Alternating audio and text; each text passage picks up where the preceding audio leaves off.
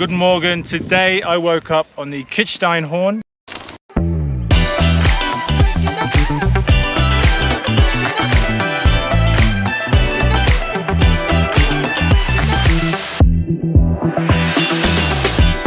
Yes, that is the Kitzsteinhorn glacier, and I'm staying in Zell am See-Kaprun. And whilst I didn't exactly wake up on the glacier itself, I did wake up in Austria. So in this video, I'm going to talk about two main things. The first thing was my night journey by train from London to Austria. And the second thing is the Zell am See-Kaprun ski region, the Kitzsteinhorn glacier itself, and all of the wonderful things that you need to know when you're skiing here. And if you're new here, please don't forget to subscribe, hit the notifications so you don't miss the next video, and like it if you are enjoying it. All right, so let's dive straight into the train journey. And the first question which you might be asking is, why travel to Austria by train in the first place? Well, there are two main reasons. The first one is to wake up in Austria and hit the slope straight away and get a full day skiing in. And the second one is sustainability. This is the most important one, and this is the main reason why I wanted to do it and to promote it. Did you know train travel itself emits 10 times less carbon on average than the alternative traveling by plane? So that's obviously a huge difference. But let's start at the beginning. How did I get here from London all the way to Zell am See-Kaprun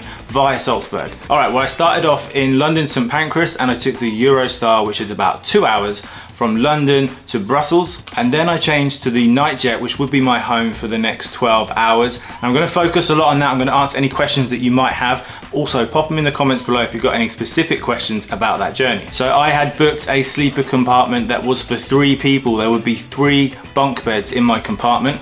When you first arrive, it's set up as chairs and you have a nice table. You can sit and do a bit of work at a laptop. You can charge your phone.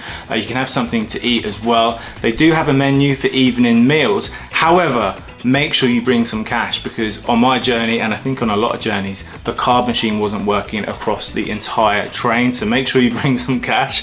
Don't get caught out like I was. So then, what is it like, and did I get a good night's sleep? Well, here's some of the things that you need to know.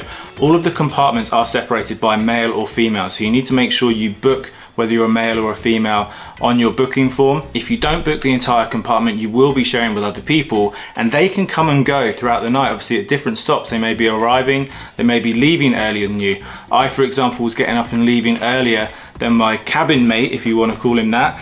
And he was sleeping in, so I didn't want to wake him up. The bed is small and comfortable, but it is quite a rattly journey and there's a lot of movement, so it isn't the easiest to get a good night's sleep. However, I found it pretty relaxing. I sat there watching films on my laptop until I drifted off. I woke up a few times in the night, but that's just one of those things. Now, within my compartment, there was a small sink that you can use, but the toilet and the shower, if you want to use it, was a little bit further down in the carriage. They didn't provide anything for the shower, and there was a couple of things online that they said they would. Unfortunately, they didn't. One was things for the shower, towels, toiletries, that kind of thing, and the other was a lockable compartment. Within my cabin, there was nowhere to lock your things. There was places that you could secure them right at the top, but in general, there was very little space for luggage, so keep that one in mind. So if you want to have your own cabin, you've got to book the whole thing, which of course is a lot more expensive, but if you're a couple, I 100% recommend that you do that. The other options, and probably the cheaper options, are seats in a cabin for 6 people. If it's full, you're not going to get a chance to spread out much, and you can also book cabins for 4 people, so if you're a family, you can book your own cabin. So my thoughts in general on the train travel in Austria is, personally, I think they need to provide some better options to encourage more people to travel this way, because this really does need to be our future. The train was a little bit tired itself, and the staff didn't seem too happy to help when I thought they might be.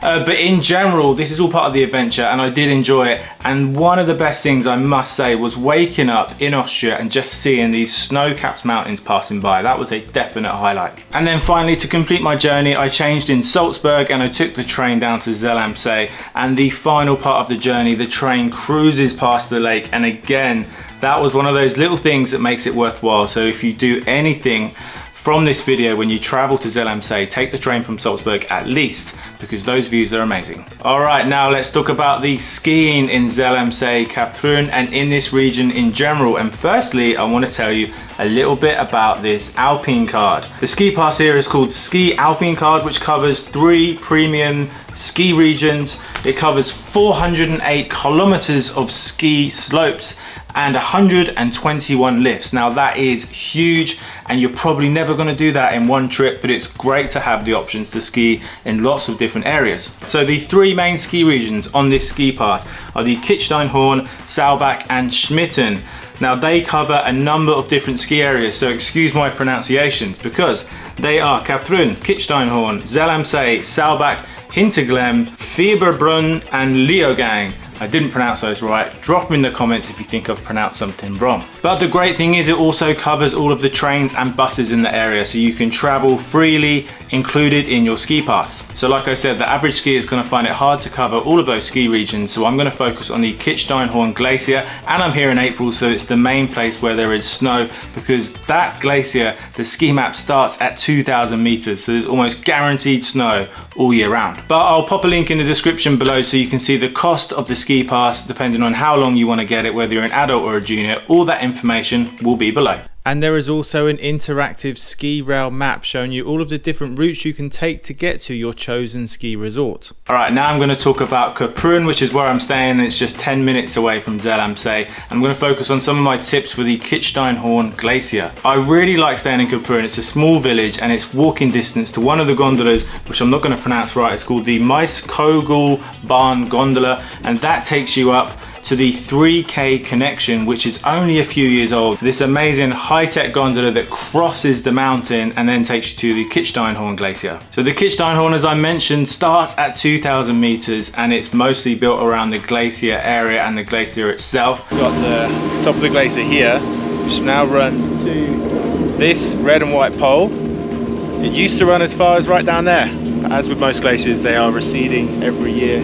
We're gonna go ski it now. All right, so here are some cool things about the Kitzsteinhorn. Firstly, you can ski on top of a glacier. They also have a couple of ski parks and a half pipe here. And here's a couple of cool spots that I recommend. Firstly, the Ice Camp by Audi, which has igloos and an actual Audi car inside where you can take a nice photo. That was a really nice spot because it had a view over the ski park. And another nice spot is the Alpine Center and the Skyline Bar, which has a nice sort of buffet selection of food, and obviously you can get a beer, and there's even some après-ski there. And then further down the mountain is the Hauslam Bar.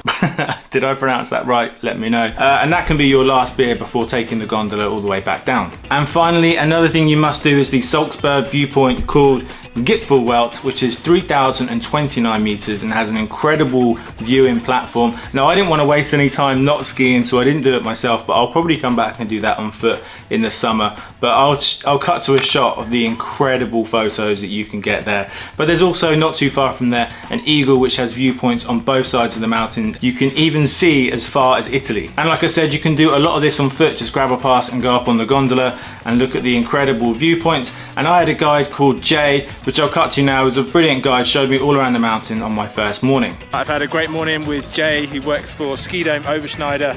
Thank you, mate. It's been a pleasure, an absolute pleasure. I'm glad you've come to the Kitzsteinhorn mountain. Brilliant, thank you very much. Thank you. Okay, and a couple of recommendations for Kitzsteinhorn itself. I hired my skis at Brundel at the Maiskogelbahn stop, the one I didn't pronounce. Basically the main gondola here in Kitzsteinhorn. I hired them there, but there's Brundels, even if that's how you pronounce it, all around the town itself. The skis were great, I was very happy there. And then in terms of restaurants, there's the Hilberger's Bezel. Again, I didn't say that, but I had Austrian fried chicken and an Austrian sweet sparkling wine. But do you know what? I really loved the decor and the inside of that restaurant, and they were so friendly. So 100% recommend that you go there. And the other bar that I liked was the Chilas bar, which was more of a drink spot, but it also had good food like burgers and tacos. Had a great time there, but I found that to be quite a nice spot to sit and have a drink in the evening because it's quite a quiet town, so that was quite a good little spot to chill and have a beer. And then finally, the Tauern Spa is almost like a must visit in the area. It's a huge spa, lots of different swimming pools, lots of areas that you can go, a sauna, a nice steam room, a naked section, which I didn't actually film in, funny enough. I didn't do much filming in there because there were a lot of people in general, and there were a lot of kids, which was a little bit disappointing, but there was a nice adults area. So that sauna in that area was for adults, and obviously the nude area was for adults, but I do recommend that you visit there. And When you stay at the hotel, which I'm at, Boutique Hotel Lederer, they give you free access, so even better, it's a bonus. So moving on to my hotel, which is where I'm at now, Boutique Hotel Lederer, run by a fantastic couple called Andreas and Sabine, and Suki the dog, who gives you the most incredible welcome. Honestly, I felt really at home here and I could have stayed longer.